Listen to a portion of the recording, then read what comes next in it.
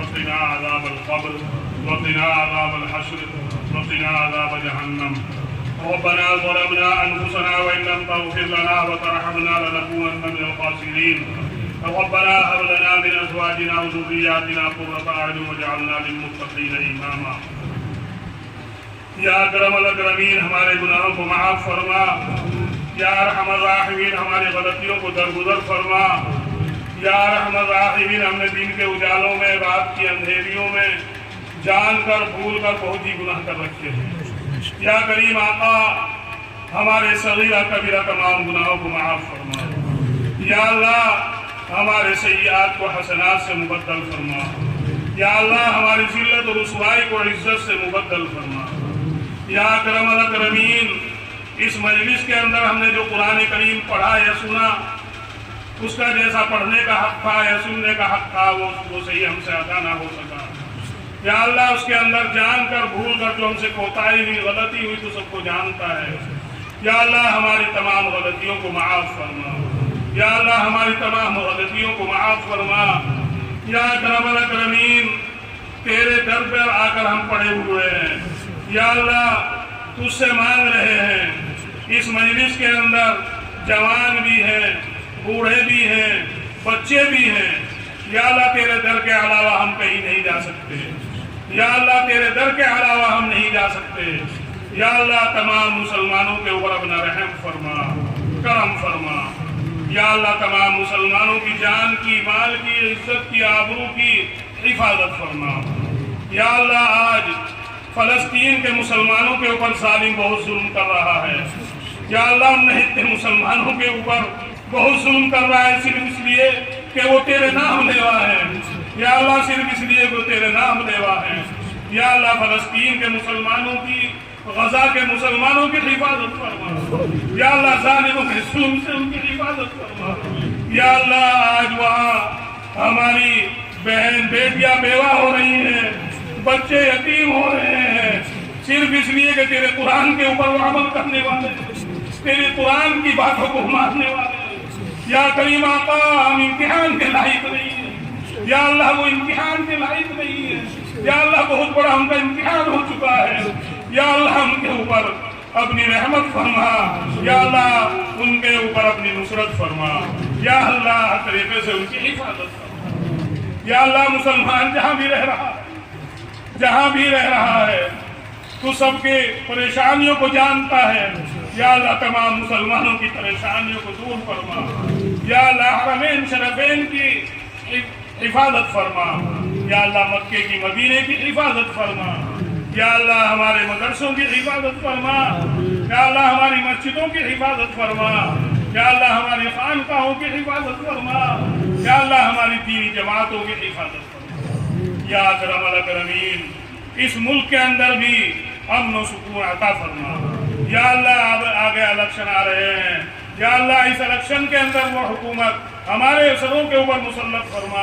جو ہمارے حق کو پہچاننے والی ہو، ہماری نصرت کرنے والی ہو، یا اللہ ایسے بادشاہوں سے ہماری حفاظت فرما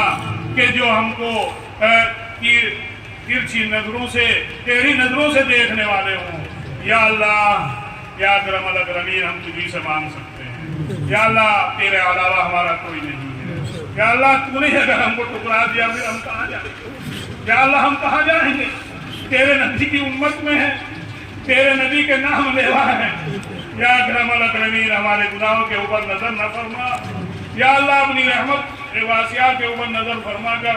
ہمارے تمام گناہوں کو معاف فرما، یا اللہ ہماری تمام گناہوں کو معاف فرما، یا اللہ قرآن کے مقتضا کے اوپر عمل کرنے والا بنا دے، یا اکرم الاکرمین ہمارے اقارب و رشتہ دار، یا ہمارے والدین، یا ہمارے اساتذہ جو اس دنیا سے جا چکے ہیں، یا ہمارے مسلمان بھائی جو پہلے رمضان کے اندر تھے اس رمضان کے اندر نہیں ہیں، یا اللہ قبروں کے اندر ہیں، یا اللہ اس رمضان مبارک کی برکت سے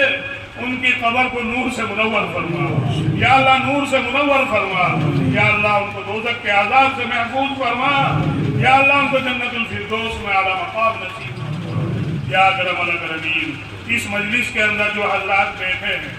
یا اللہ جو نیک تمنائیں یہ اپنے دلوں کے اندر لیے بیٹھے ہیں، یا اللہ سب کی جائز نیک تمناؤں کو پورا فرما، یا اللہ سب کی جائز نیک تمناؤں کو پورا فرما، یا اللہ اہل مجلس کے تمام گناہوں کو معاف فرما، یا اللہ ہم سبھی کو دوزخ کے عذاب سے، قبر کے عذاب سے محفوظ فرما، یا اللہ جنت الفردوس میں اعلیٰ مقام نصیب فرما، یا اللہ جو بیمار ہیں انہیں شفاء کاملہ عاجلہ مستمرہ نصیب فرما، یا اکرم الاکرمین آج ہم ظاہری بھی بیمار ہیں، یا اللہ باطنی بھی بیمار ہیں، دل بھی ہمارا بیمار ہے، ظاہری بدن بھی ہمارا بیمار ہے، یا اللہ دونوں طرح کی بیماریوں سے ہماری حفاظت فرما، یا اکرم الاکرمین جو مسلمان بھائی پریشان حال ہیں ان کی پریشانیوں کو دور فرما، یا اکرم الاکرمین جو ناحق مقدمات میں پھنسے ہوئے ہیں یا اللہ ان کو مقدمات سے چھٹکارا نصیب فرما، یا اللہ جو مسلمان بھائی ناحق جیلوں کے اندر پڑے ہوئے ہیں یا اللہ ان کو جیلوں سے رہائی نصیب فرما، یا اللہ ان کو جیلوں سے رہائی نصیب فرما، یا اللہ ہمیں حلال کمانے کی توفیق عطا فرما، یا اللہ ہمیں حرام سے حفاظت فرما، یا اللہ ہماری کھیتیوں کے اندر، ہماری تجارتوں کے اندر، ہماری نسلوں کے اندر خیر و برکت عطا فرما، یا اللہ خیر و برکت عطا فرما، یا اللہ تمام مسلمانوں میں آپس میں اتحاد اور اتفاق سے رہنے کی توفیق عطا فرما، یا اللہ ہم سبھی کو اپنی مسجدوں کو آباد کرنے کی توفیق عطا فرما۔ آج ہم نے مسجدیں تو بنا دی لیکن مسجدوں کا جو مقصد ہے نماز پڑھنا اس کو ہم بھولے ہوئے ہیں، یا اللہ تمام مسلمانوں کو 5 وقت کا پکا سچا نمازی بنا دے، یا اللہ 5 وقت کا سچا پکا نمازی بنا دے، یا اکرم الاکرمین یا ارحم الراحمین تمام مسلمان تیرے سامنے آج ہاتھ پھیلے ہوئے ہیں، تمام عالم کے اندر مسلمان پریشان حال ہے صرف اس لیے کہ وہ قرآن کو چھوڑے ہوئے ہیں، نبی کریم صلی اللہ علیہ وسلم کی سنتوں کو چھوڑے ہوئے ہیں، یا اللہ تمام مسلمانوں کو عقل سلیم عطا فرما، یا اللہ صحیح عقل عطا فرما تاکہ وہ اپنے قرآن سے جڑے، اپنی مسجدوں سے جڑے، اپنے عالموں سے جڑے اور ہر ایک کی عزت و احترام کرنے والا بنا دے، یا اکرم الاکرمین یا ارحم الراحمین۔ اس مجلس کے اندر جو حضرات بیٹھے ہوئے ہیں سب کی مغفرت فرما، سب کی بخشش فرما، یا اکرم الاکرمین تیرے محبوب نے خیر کی لائن سے جو چیزیں مانگی ہیں ان چیزوں میں ہمارا اور تمام امت مسلمہ کا حصہ نصیب فرما،